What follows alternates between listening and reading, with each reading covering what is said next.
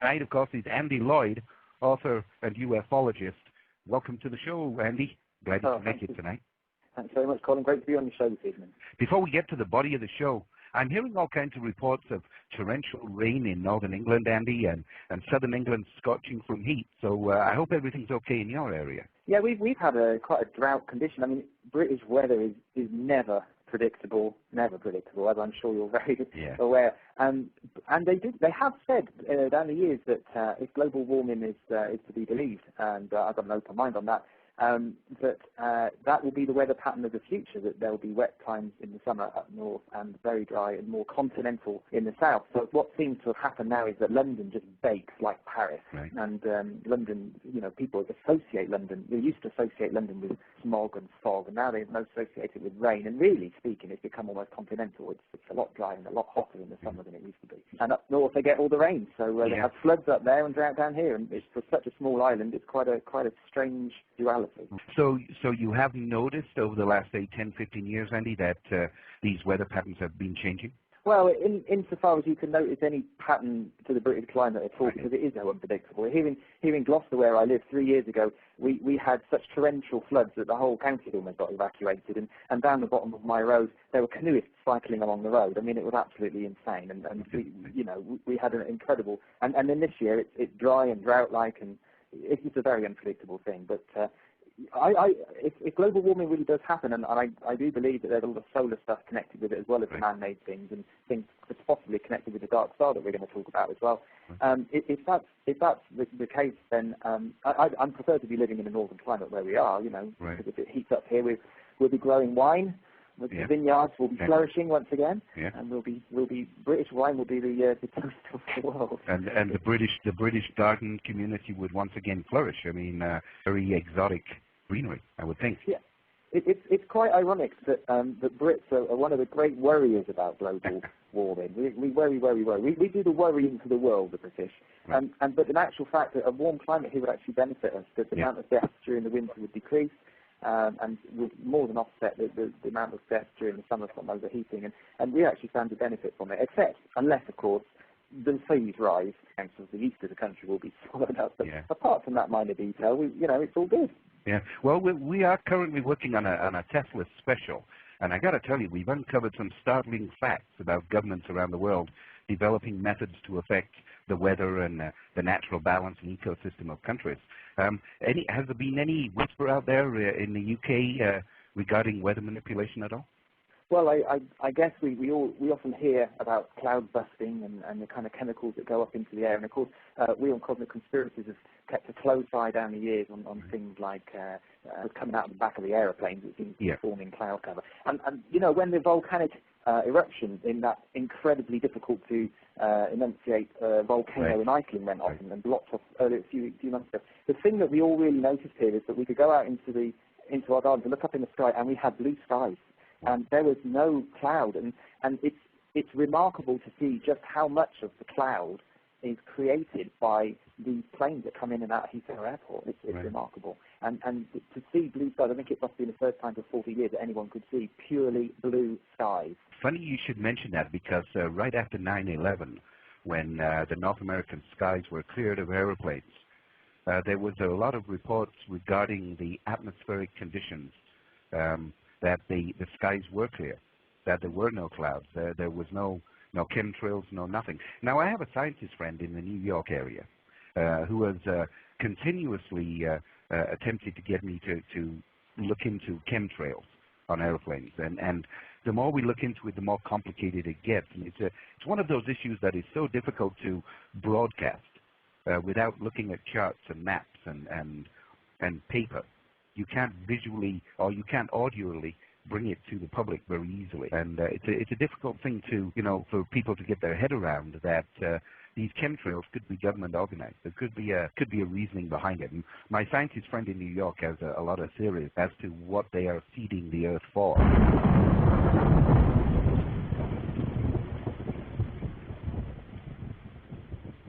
So what are they seeding the Earth for? What are the chemtrails all about? Well, we will be looking at that in the fall, along with weather patterns, along with the Tesla project. So the weather, although unpredictable in England, is bringing its wrath on the countryside.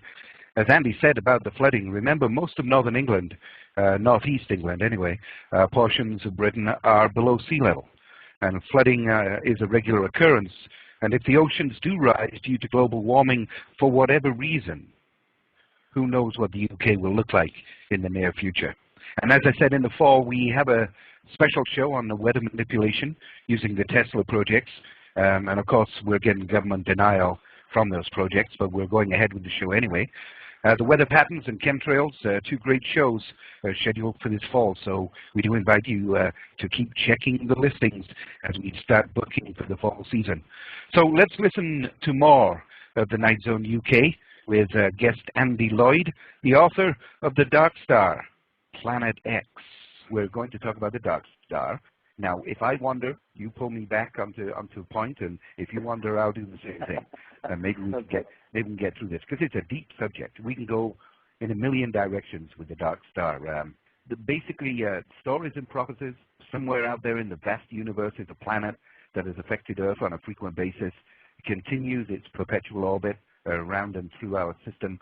Some people are calling it Nibiru, some call it Planet X, but tonight's show we'll call it the Dark Star. What's this all about, Andy? I guess the idea of a missing planet is about as mythical as dragons and so on. I mean, it's an archetypal idea, really, and certainly in the world of science fiction, but like all really, really good myths, it could well actually have a very strong basis in fact. And if that is the case, well, I do believe it is, then the presence of the dark star at the edge of the solar system, very, very long way away, I have to say, but would actually solve a lot of problems in ufology and would solve a lot of the sort of reasons why people object to the ideas of, say, UFOs, because it provides an opportunity for life to exist in our solar system, allowing intelligent life to visit us from a relatively sort of nearby platform that's habitable and yet unseen at this time. So that's one of the bases why I think there's a tremendous appeal to this. The second reason why there's a tremendous appeal to this is because this planet is thought to return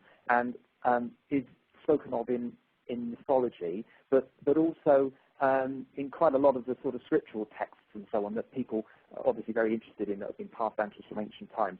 So it has a fairly deep-rooted appeal to us in the West, and where the myths of things like the flood and so on sort of grow around the world or extend around the world, it sort of pops up in all of those as well.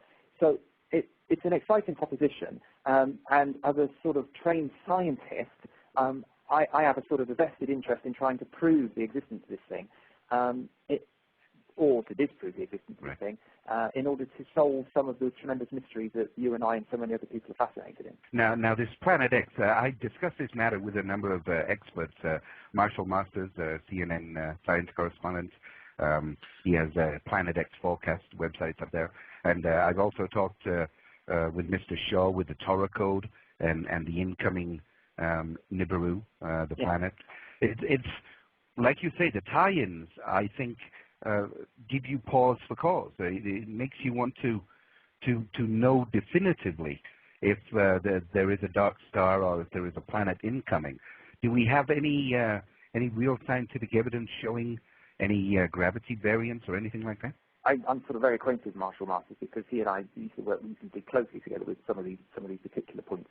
And his interest is clearly in events that may occur around about the 2012-2013 time, which ties in with the Mayan calendar and the sort of prophecies that may come out of the end of the Mayan age around about that time. And my particular interest, of course, is in the science and in looking at evidence within the solar system which points to the existence of this body. So there are areas where our interests coalesce, and there are areas where we differ in our opinions. My opinion is that the object it remains a very distant object at this time, and lies between the Kuiper belt, which is a sort of second asteroid belt beyond Neptune, and the sort of inner Oort cloud, which is a cloud of comets much, much further out. And there's a sort of a gap between these two zones, which I believe is the sort of kingdom of this dark star. So it's a binary companion that's located at that distance. And there are a number of anomalies to do with the outer solar system, to do with the bodies in the outer solar system, and some of the forces that go on out there that indicate that things are not the way science currently describes them or would like to see them. And those anomalies point to the existence of something out there that they have yet to find. And in actual fact, at the moment, scientists are engaged in a very active exploration of that area using an infrared device known as WISE, and are hopeful, some of them are hopeful, the ones from the Jet Propulsion Laboratory anyway, are quite hopeful of discovering this object before 2013. 2013. Now that's there's the number. Is it 2012 to 2013? And it comes in two different ways if you start looking at it. This area of time. Now the area of time is the argument, and we've gone around this circle a number of times. But depending on which calendar. Now the Old Testament clearly was not written with the Julian calendar in mind, or the Roman Greco calendar, or even the Mayan calendar for that matter. The Old Testament was written upon a time that doesn't exist anymore. And now we are trying desperately to take those stories and fit them into time, space that makes sense. And as Andy said, you're looking at 212, 213, somewhere in there, that there, this is going to happen. There will be changes upon our life. I don't think it's going to be catastrophe. I don't think we're going to be destroyed. I do think we're going to be tested. The timing of that, to do with the end of the Mayan Age, it may not be that this planet sort of comes crashing our way, right, but the discovery of the existence of that body may actually coincide with the end of an age and in a way create a new era of understanding about our origins and the nature of this solar system. Yeah, we've talked extensively with John Hogue from Hogue Prophecies regarding the 2012 Mayan end and what's to come after 2012. And his explanation is that it's not, it is the end of an age, but it's the beginning of a new age of enlightenment. That it's a matter of knowing, not guessing, not wondering, but actually knowing. And our scientific experiments are going to come to fruition, and we are going to know what our history was, which I find is fascinating. Now, your book on the dark star, it's based on the planet X, on the scientific evidence. There's also a couple of twists and turns in the book, which I really don't want to explain outright, because I want people to pick up the book. Yeah, I kind of tried to attack this subject in two different ways. One of them is to produce a book, which is, as you say, The Dark Star, which is a sort of essentially a non-fiction book, in an alternative knowledge book, where I produce an alternative paradigm based upon anomalies and quirkiness that is otherwise ignored by science, and use that to try and explain things, try and explain sort of the Ice Age eras and changes to our Earth changes to our planet and anomalies within the solar system to do with this body out there. So that's part of my work, and The Dark Star was published in 2005 and it's been very popular, and a lot of people consider that to be sort of a standard text now to do with Planet X. And then in the sort of Dan Brown tradition, I thought about that and thought, well, this obviously has an interest to researchers and has an interest to people who are very sort of clued into quite deep thinking as you introduce the piece. But it's also a very exciting idea from the point of view of the general public, if only they could access it in a very sort of an easier way to understand. So the last two books I've written, which is Ezekiel 1 and Followers of Horus, have been a sort of fictionalized ways of understanding what's going on, and created a sort of Dan Brown type thriller to do with conspiracy and a little bit of science fiction as well, and these quirky Anunnaki people described by Zecharia Sitchin. And I've thrown those into sort of a melting pot of ideas in order to make the Dark Star an understandable phenomenon. And it's been relatively successful because people who would otherwise not necessarily want to sit down and read a quite a heavy alternative knowledge science book can read a something good thriller and enjoy it, and still at the end of that and come away with a bunch of new ideas that sort of ruminate. Yeah, it's important that a spoonful of sugar does help the medicine go down. Yeah. And a lot of the information that comes out of scientific facts, if it was truly brought out in its cold terms, would probably scare the bejesus out of us. Yes, so, I absolutely agree. So I like the way you've done it, because you are still giving them the information or enough information for them to actually use their intelligence? I think at a format it works. It has its risks insofar as you run the risk of losing a certain amount of credibility because you start writing fiction. So people think, oh well, it's just fiction, but really it's an art form. It's a way of actually sort of taking these ideas and putting them out there. And part of the problem with writing non-fiction about things like the Anunnaki and Nibiru and so on is that you necessarily have to speculate because those stories are wrapped up already within sort of ancient writings, and Zecharia fiction does an amazing job of bringing out these flesh and blood gods and the planet X Nibiru and describing them, but they're interpreted from text written in ways that we don't normally describe. And so what I've done is to try and take those ideas and mixed in my own dark star ideas about the brown dwarf and so on, and put them into the modern world that we can all relate to, and try and understand what it would be like if those guys were still around. You know, if the Anunnaki was still here, if there was an alien presence on our world that was pulling the strings behind the national governments and sort of New World Order. And that is an idea that it lends itself to fantastic fiction, but sometimes if you try and put it through a non-fiction format, like, say, David Icke does, it just sounds too fantastic. So it's a calculated risk, but I think it works. We chased an article that we were thinking of doing a show some months ago, and we chased an article on the bloodline of the kings and queens of Europe. And the further we got into the bloodline, the more obvious it became that there are people, maybe nefarious or otherwise, who are controlling the destiny of man on Earth. Now, you could call it the New World Order, the Anunnaki. I don't know. But Andy managed to bring that query and tie it with the return of the Anunnaki and Planet X in a very bold way. And I must admit, I like the connection. Well, the three books, the way I see it, the Dark Star kind of lays out the evidence.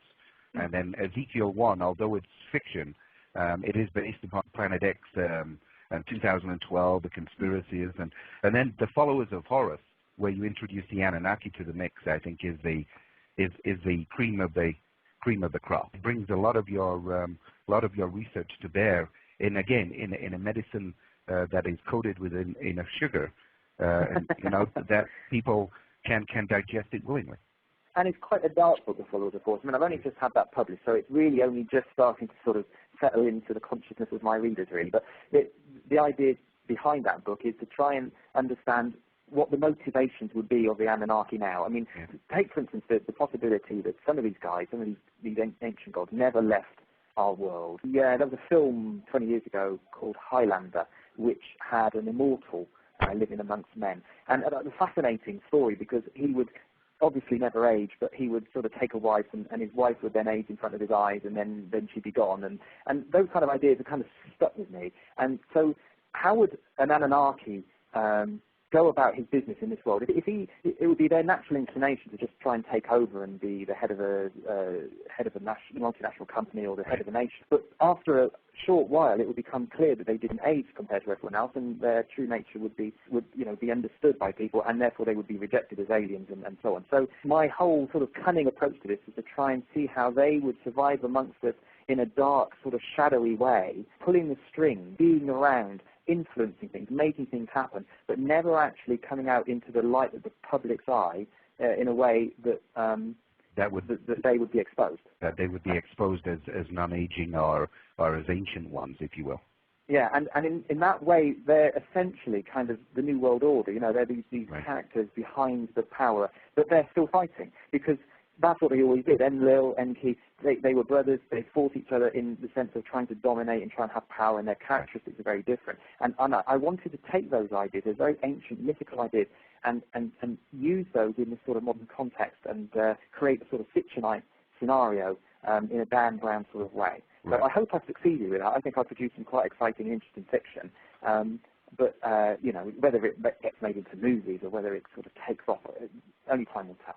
Exactly, but at the same time, the information is there, and you know, if you pick away at the storyline, information there that has some very direct bearing on society. Because you spoke, for instance, in Ezekiel 1, you used the reporter as the as kind of the cameraman, if you will. Right. And you know, that really hit home, because you can imagine that reporter. It has a tangible body, if you will. And I think that's important when you're trying to bring the information that we bring regarding UFOs and regarding the Anunnaki and all of these possibilities from ancient history. To bring them forward, you need to give them body. And I think you managed to do that, Andy. I truly do. And well, I'm glad to hear you say that. I think it's fair to say that oftentimes with all of us, we live in our own sort of little world, which is of tremendous value, but an event is often required to open our eyes up to other possibilities and the broader context that we sort of swim around in, the ocean in which we swim.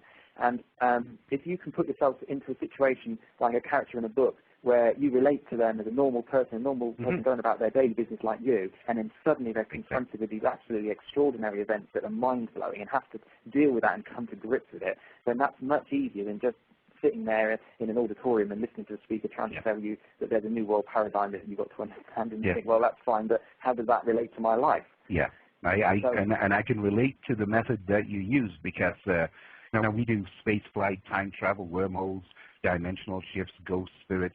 We do a number of things on the night zone, and at times it is difficult to get that vision out to the audience, for them to be able to pick up what we are seeing or what we see without giving them charts and video. Audio can be difficult when it comes to presenting a package, but your book has done just that, and you know, it's packaged it in such a way that it's presentable, it's worth reading, and it has enough of a fictional twist to keep you interested in, well, I wonder how he got himself out of this one. Had we advertised this show and had we promoted the show, then we would have had all kinds of technical glitches. As it happens, we ran almost flawlessly. Now, some would say that's just the luck of the draw. Some would say that it's possible there's some kind of conspiracy there. Now, I don't know. I'm not the expert. I just bring the experts on air to give us those answers. Andy Lloyd, author, ufologist, part of the Cosmic Conspiracy team out of the UK. What an impressive man. The Anunnaki, in your last book, The Followers of Horus, the Anunnaki, I wasn't quite sure, were they here dormant, or were they active, like you say, within the New World Order? Are these people that just are perpetually in the shadows of power, do you think? The characters that I have, the Enki character is a kind of a messianic character, and in Sitchin he relates the character Enki from ancient myths. He's a sort of a god of medicine, and he helped to sort of forge us in the image of the god and brought forth humanity. And then when the flood occurred, which was an event that Sitchin thinks was triggered by a sort of a passing of this planet Nibiru, the dark star, what have you, Enki was the one who said, well, you know, actual fact, I think I want to save humanity. I don't want them destroyed. We'll you know, take Zeusudra or Utnapishtim or Noah, or whoever he was, depending on which pantheon you're talking about, right, and we'll allow him to take his family and survive by building this sort of submarine ark thing. And so he has to be the good guy. I mean, he has to be the good guy. But in Ezekiel 1, I start by having him as this sort of shadowy tool man who is behind the scenes. You don't know if he's a good guy or a bad guy, and he appears to be lurking in such a way. He keeps popping up at all the wrong moments and the dangerous moments. You think he might be behind the awful events that occur in that book. And then as we move through into the second book, The Followers, it becomes clear that he is actually someone who's actually trying to stop something awful happening. He believes that by sending this spaceship Ezekiel 1 to Nibiru, that there is a risk that the sort of wrath of the Anunnaki will be let loose, and that there'll be an invasion and they'll come here, and that humanity, his little project, humanity will be at risk. So he is attempting to sabotage the whole project. Now, his brother Enlil doesn't really play a part in the first book, but in the second book he comes forward, and he's essentially the mastermind behind the Ezekiel 1 space black project. And Enlil in Sitchin's books is Yahweh. He's a sort of god. He's the main man. He's in charge of all the wars and the battles, and he's the guy, the jealous god, the guy you don't want to get upset. Gotcha. So again, in the book, Mr. Lil, as I call him, Enlil, he's a sort of a cantankerous, jealous figure who is a control freak. He doesn't like the fact that the crew on the ship start doing things the way they want to do them. He gets upset, he gets cross, and he messes with them and he plays games with them, as I believe Yahweh does in the Bible. You know, he sort of messes with people and messes with their heads and tries to control them. Right. So I've tried to keep to that character again. And then the third character is these books is Marduk, who's the sort of Lord of Babylon, the god of Babylon, and he's a sort of a darker, macabre figure who is power mad, a megalomaniac, wants to control everything like Enlil, but is more powerful and is capable of sort of extending power over huge amounts of people and getting them to do what he wants. And he's like the really bad guy.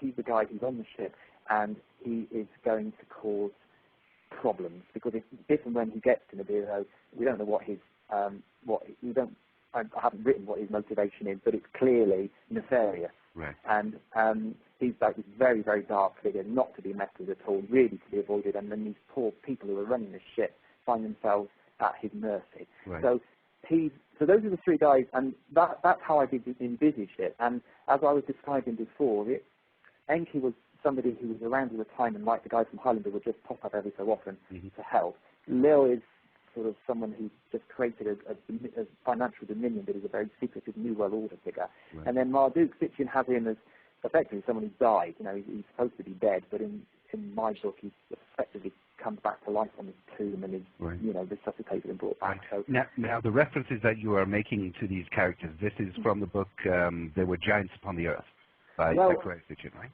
Yes, I mean, Sitchin's written, I don't know, about 10 books, I suppose. Yeah. His first one being The 12th Planet back in 1976, and he's just released the book There Were Giants Upon the Earth. I suppose that the book that he's written that most encapsulates the history, the Sumerian history of these gods is the Lost Book of Enki, which is a very odd book. He wrote it almost in the form of an ancient text that's been translated into English.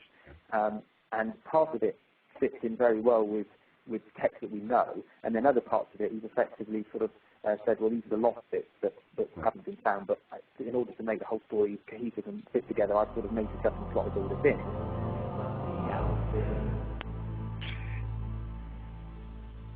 And is there anybody out there? You know, it's a question that I guess man has been pondering for a very, very long time. Is there anybody out there? Are we alone? Well, if we are alone, if we are it in this universe, then I'd say we are in deep, deep, deep trouble.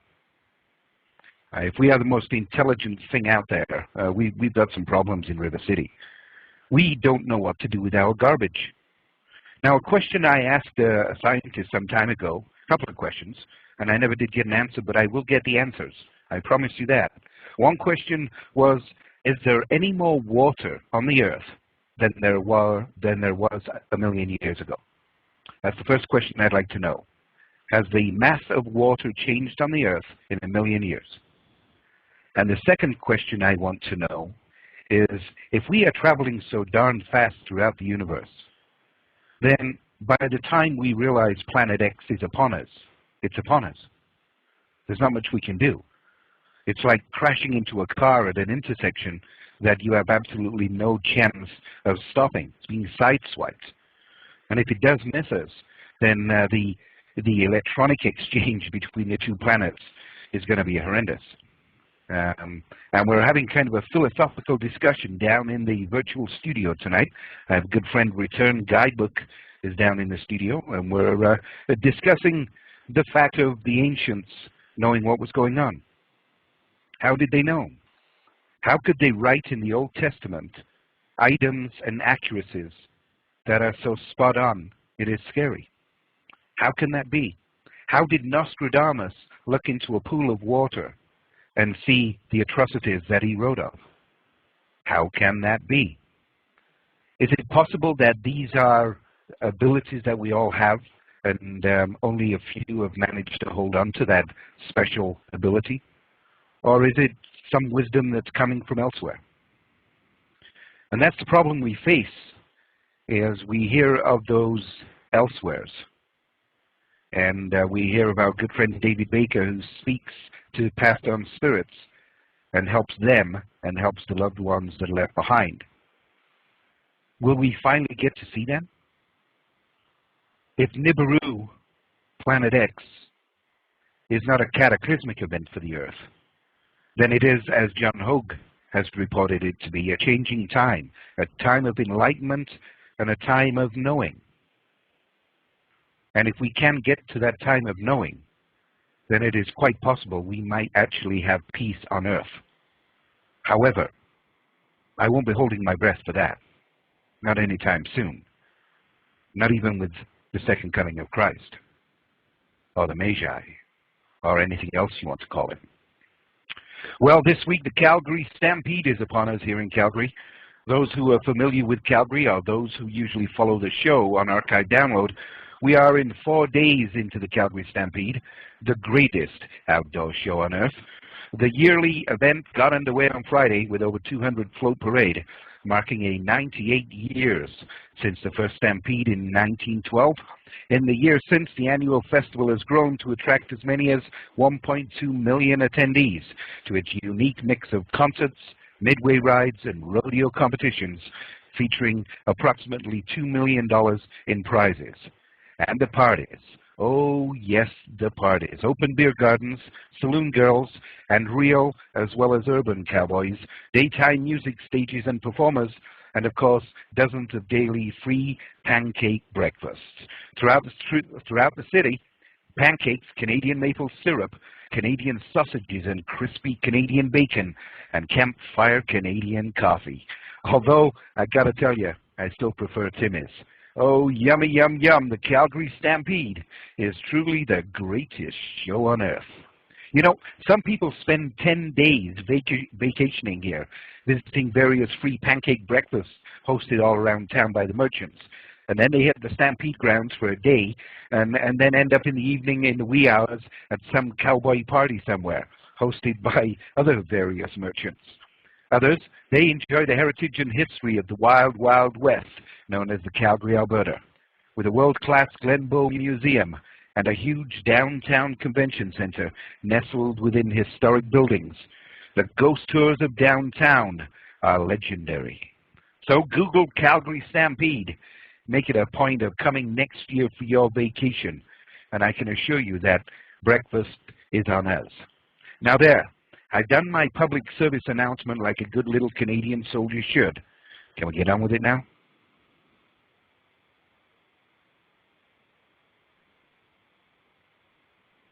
And we are back with Andy Lloyd. And we're going to be talking about some more Planet X. And we're just waiting for Network to come back. And there we go. Andy Lloyd, author of a number of books, The Dark Star, The Planet X Evidence, Ezekiel 1, a novel based upon Planet X conspiracies of 2012, and The Followers of Horus, where Andy introduces the Anunnaki to the mix. So Andy, obviously the information and research required to produce such work, it has to be a labor of love. I got into this in the late 1990s, and I was very taken with a lot of UFO books and the work of people who were looking into sort of ancient history and trying to understand whether there was alternative history going on. And I've always enjoyed reading those, so yes, it is a labour of love. I find it thoroughly enjoyable. I'm fascinated by the entire subject. And why I got, I've worked with David and Martin on Cosmic Conspiracies. We produced this very, very big website towards the beginning of the new century. The Dark Star theory sort of came out of that as a sort of an offshoot because I wanted to explore this idea of this brown dwarf. I enjoyed reading Misty Kitchen's work, but I had a big problem with the idea that a planet that's developed and evolved in the same way as us. Right. So I put forward this idea that there had to be a sort of a system out there with this dark star, and Nibiru had to be a planet that would orbit the dark star, and in the same way that Jupiter's moons are warmed up by Jupiter, and that mechanism would work in deep space as well and produce a sort of habitable world. And the science of that works, which I'm very happy with. The problem with it is that, if there is indeed a problem with it, is that obviously when you're talking about a brown dwarf, or a sub-brown dwarf, you're talking about a sort of Jupiter-sized planet, which arguably is much more difficult to miss than terrestrial worlds that are very, very extreme distance. So but I think having spent years exploring the science of this, it's become clear to me that the outer solar system, to a great extent, is like a total mystery. And I've used the analogy before, which is very useful, that if you imagine your garden, a very long garden that you've got at night time, it's pitch black outside, and you are sitting at your window looking out into the garden, and there's a light behind you that's sort of shining from the window, and you peer out into the darkness.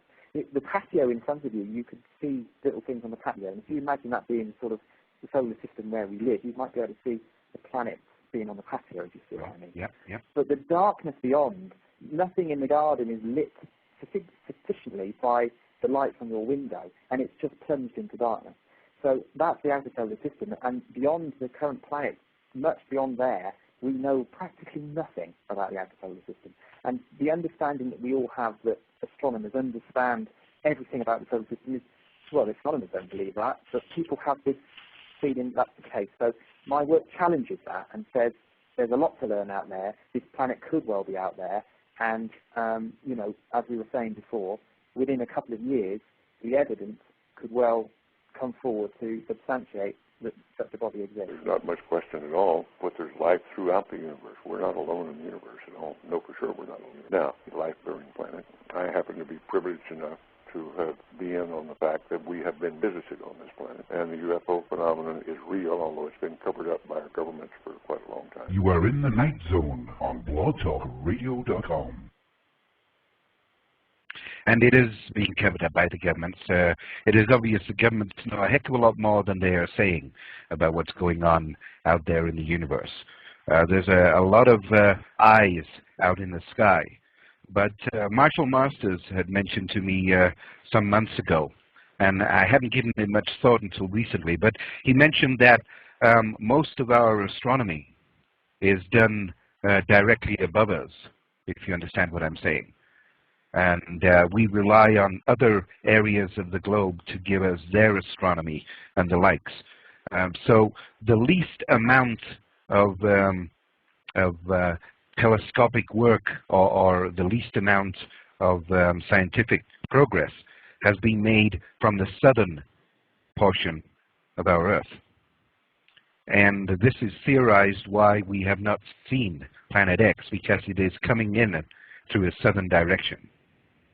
Now, if that's true or false, only time will tell.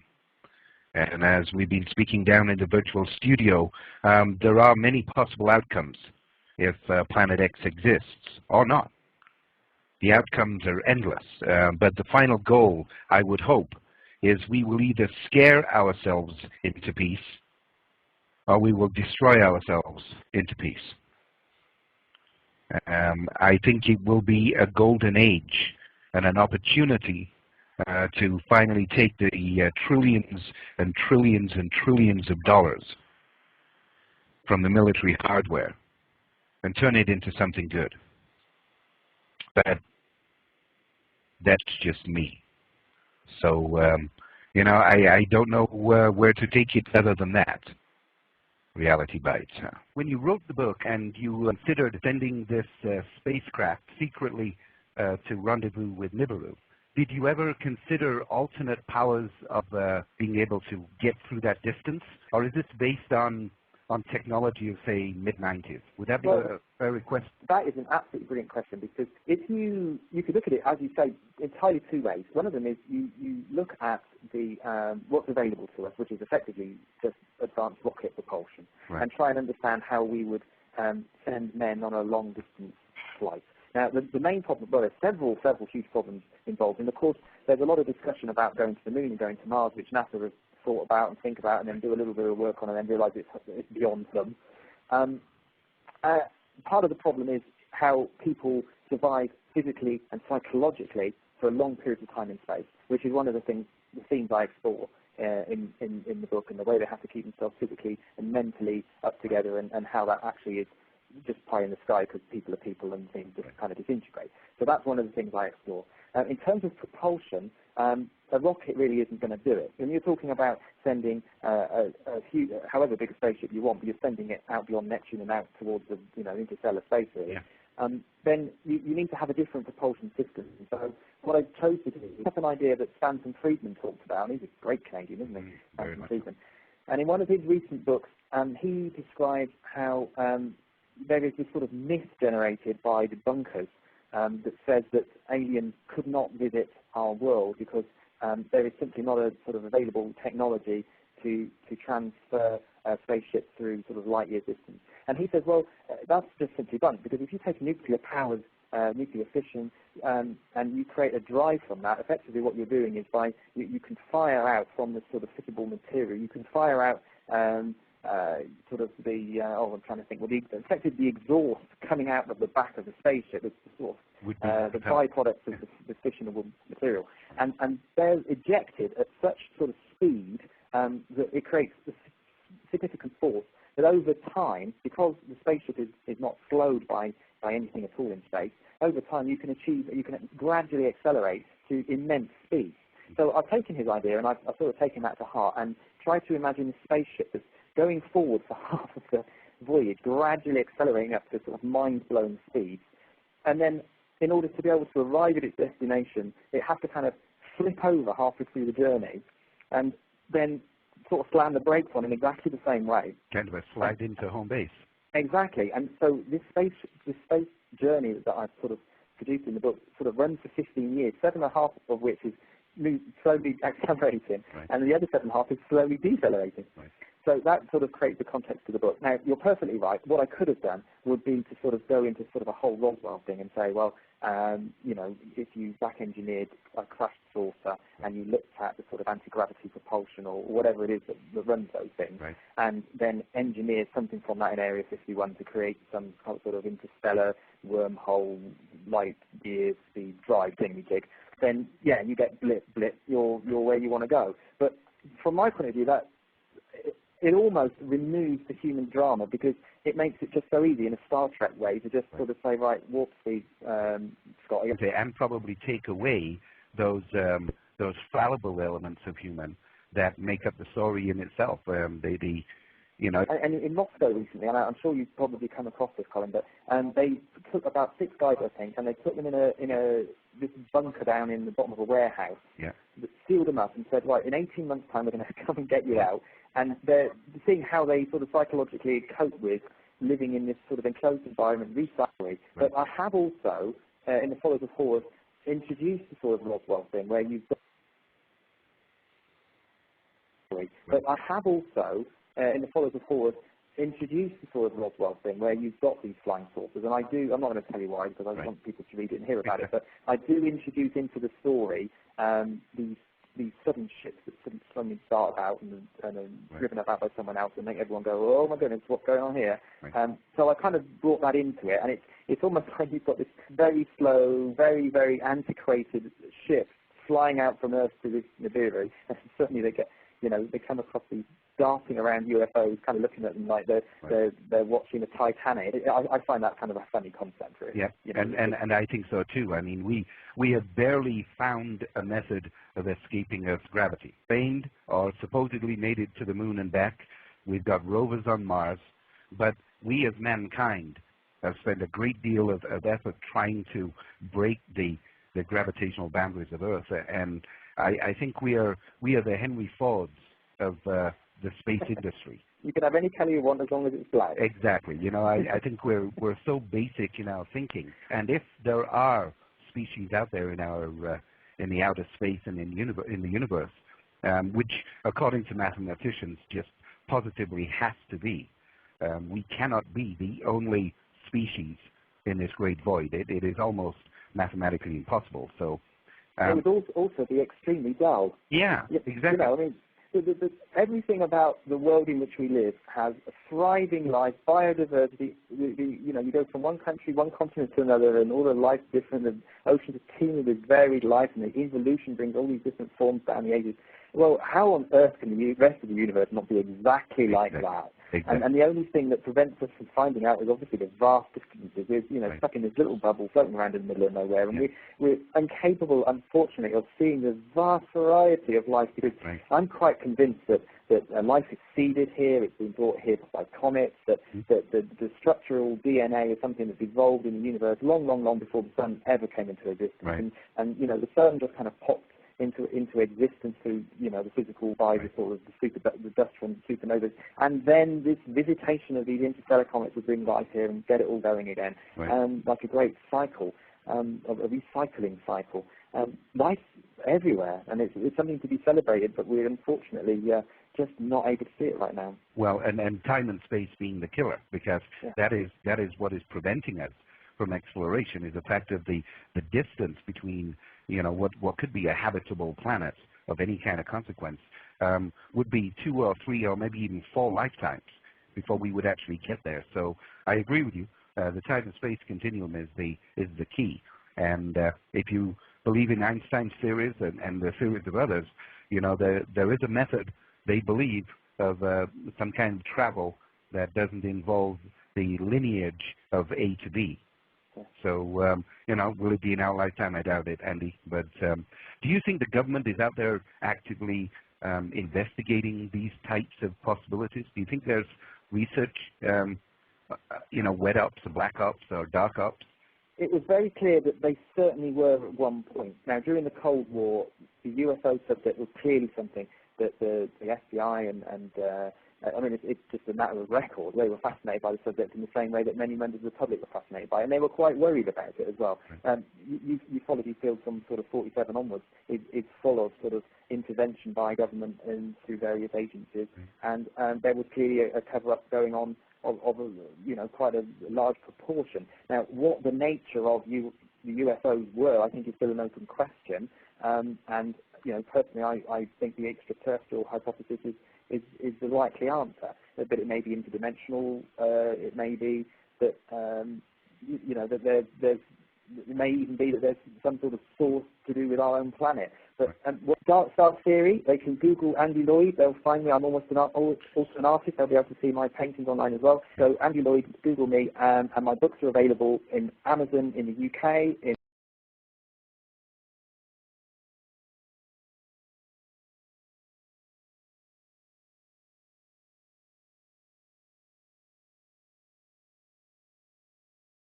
Tonight, of course, is Andy Lloyd, author and ufologist. Welcome to the show, Andy. Glad you could make it tonight.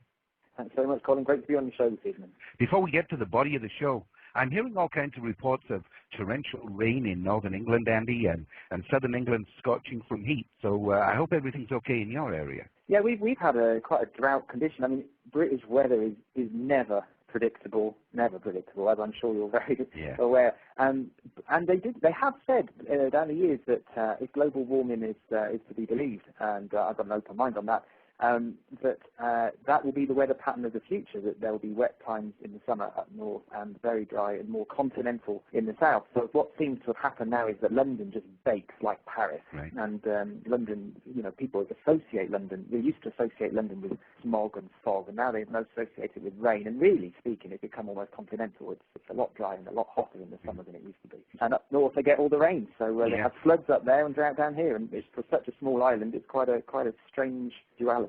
So you have noticed over the last, say, 10, 15 years, Andy, that these weather patterns have been changing? Well, insofar as you can notice any pattern to the British climate at all, because it is so unpredictable. Here in Gloucester, where I lived 3 years ago, we had such torrential floods that the whole county almost got evacuated, and down the bottom of my road, there were canoeists cycling along the road. I mean, it was absolutely insane, and we had an incredible, and then this year it's dry and drought-like, and it's just a very unpredictable thing, but if global warming really does happen, and I do believe that there's a lot of solar stuff connected with it as well as the man-made things, and things that's possibly connected with the dark star that we're going to talk about as well. If that's the case, then I'd prefer to be living in a northern climate where we are, because if it heats up here, we'll be growing wine. The vineyards will be flourishing once again, and we'll be British wine will be the toast of the world. And the British garden community would once again flourish. I mean, very exotic greenery, I would think. Yeah. It's quite ironic that that Brits are one of the great worriers about global warming. We worry. We do the worrying for the world, the British. Right. But in actual fact, a warm climate here would actually benefit us. The amount of deaths during the winter would decrease, and would more than offset the amount of deaths during the summer from overheating. And we actually found a benefit from it, except unless, of course, the seas rise, and so the east of the country will be swallowed up. But apart from that minor detail, it's all good. Yeah. Well, we are currently working on a Tesla special, and I got to tell you, we've uncovered some startling facts about governments around the world developing methods to affect the weather and the natural balance and ecosystem of countries. Has there been any whisper out there in the UK regarding weather manipulation at all? Well, I guess we often hear about cloud busting and the kind of chemicals that go up into the air. And of course, we on Cosmic Conspiracies have kept a close eye down the years on things like coming out of the back of the aeroplanes that seems to be forming cloud cover. And when the volcanic eruption in that incredibly difficult to enunciate volcano in Iceland went off and blocked off earlier a few months ago, the thing that we all really noticed here is that we could go out into our gardens and look up in the sky, and we had blue skies. And there was no cloud, and it's remarkable to see just how much of the cloud is created by the planes that come in and out of Heathrow Airport. It's remarkable. And to see blue skies, I think it must have been the first time for 40 years that anyone could see purely blue skies. Funny you should mention that, because right after 9/11, when the North American skies were cleared of aeroplanes, there was a lot of reports regarding the atmospheric conditions, that the skies were clear, that there were no clouds, there was no chemtrails, no nothing. Now, I have a scientist friend in the New York area who has continuously attempted to get me to look into chemtrails on airplanes, and the more we look into it, the more complicated it gets. And it's one of those issues that is so difficult to broadcast without looking at charts and maps and paper. You can't visually or you can't audioly bring it to the public very easily, and it's a difficult thing to for people to get their head around, that these chemtrails could be government organized. There could be a reasoning behind it. And my scientist friend in New York has a lot of theories as to what they are seeding the Earth for.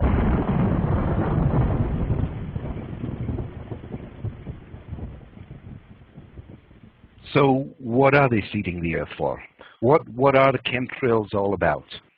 Well, we will be looking at that in the fall, along with weather patterns, along with the Tesla project.